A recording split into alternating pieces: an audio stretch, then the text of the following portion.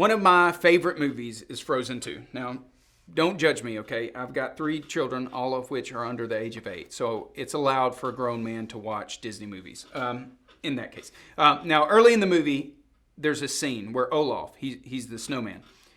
He's lost in this enchanted forest and things, they're just happening all around him. And it's really hard to explain. It's really hard for him to understand. And Olaf comes to this conclusion that age will fix the struggles he's dealing with in life. And he sings a song, and here's some lyrics to that song. That will all make sense when I'm older. So there's no need to be terrified or tense. I'll just dream about a time when I'm in my aged prime, because when you're older, absolutely everything makes sense. Now, as an adult, I feel like someone should probably let Olaf know that life doesn't always make sense. In fact, life is hard, and I'm guessing you already are aware of that. In fact, you've probably experienced a moment today where that thought became a reality. And life is hard. That's just a fact. And when life is hard, we tend to forget some very important things as Jesus followers. One of those things that we forget is a life of following Jesus isn't always easy. And Jesus never promised that it would be easy. In fact, he told his disciples that in this world, you will have trouble. There's pain, there's suffering, there's tension. It's a reminder that things are not the way they were intended to be. And secondly, we forget that a life of following Jesus means that Jesus is with us.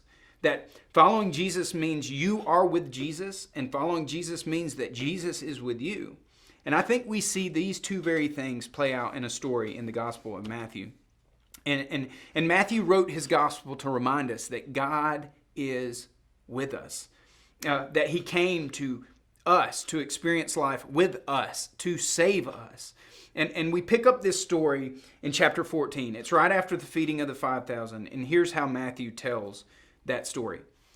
Immediately after this, Jesus insisted that his disciples get back into the boat and cross to the other side of the lake. Now, the wording here suggests that this is a forced upon them act, that Jesus makes them get into the boat. And this is very important for us here in just a minute. But after sending them home, the 5,000 that is, he went up into the hills by himself to pray. Night fell while he was there alone. Meanwhile, the disciples were in trouble far away from land, for a strong wind had risen, and they were fighting heavy waves. Now, Jesus had put them in this circumstance. He forced the disciples into the storm. And for me, it's very emotionally unsatisfying, okay? Here they are, they've obeyed a direct command from Jesus, and they end up in the middle of a storm. I don't know about you, but I don't like to think about Jesus asking me to do something that's unsafe or uneasy or just hard. But here we are, right? Here are the disciples. They're in the middle of this large lake. It's in the middle of the night. It's in the middle of a storm, and they're in trouble. They're exhausted. They're struggling. They're in pain. What should have taken them an hour to accomplish, getting across this lake, they've been at and paddling at for more than 9 hours now. And they're just tired. They're exhausted, mentally tired, physically tired. And here is Jesus. He shows up, and he's walking on water. But the disciples are so exhausted, they don't even realize that it's Jesus. They thought it was a ghost, and their fear turns to terror. But Jesus, he spoke up and he said, "Don't be afraid," which is a great reminder for all of us. That over 300 times you see that phrase in the scriptures. Do not be afraid. And he says, "Take courage, I am here." And Jesus is doing two things at once right here. He is reminding them that he is right there with them, but also he's reminding them of who he is. Because I am here, it literally translates to I am. The very name that God would give Moses to give to Pharaoh when Pharaoh would ask, "Who sent you?" I am. And then the story continues. Peter, you got to love Peter. Like, personally, I love Peter. I see a lot of my story in Peter's story. But Peter called to him and he said, "Lord, if it's really you, tell me to come to you and walk on the water." And Peter, In his excitement, he looks out into the darkness. He looks out into the wind and the waves. And he looks out into the storm. And he looks out onto the water, a place in Hebrew culture that was just a place of chaos and disorder and no control.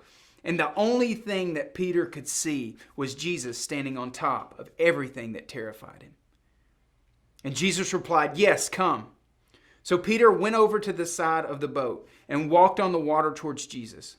But when he saw the strong wind and the waves, he was terrified and began to sink. "Save me, Lord," he shouted. See, when Peter, when he focused on what he was walking through, he forgot who he was walking to. When he focused on this circumstance, when he focused on his problem, he lost sight of the one that had called him there in the first place. This part of the story always gets me because it's right there in front of us and we can read it 100 times and we can miss this one little part of the story. And it's this, that Jesus is right there in the circumstance. He's in the middle of the situation. He's on the water. He's in the storm because verse 31, it tells us Jesus immediately reached out and grabbed him. That Peter wasn't walking on the water by himself. That Jesus was right there with him, holding him up. And not only that, he was close enough to reach out and grab Peter. And it should be a reminder for all of us that following Jesus isn't easy, but he's always with us. And that should be even a greater reminder that the moment when we are most tempted to give up is the moment when Jesus is just one step away. That yes, following Jesus is hard, and he invites us to follow him. But he's right there with us all the way.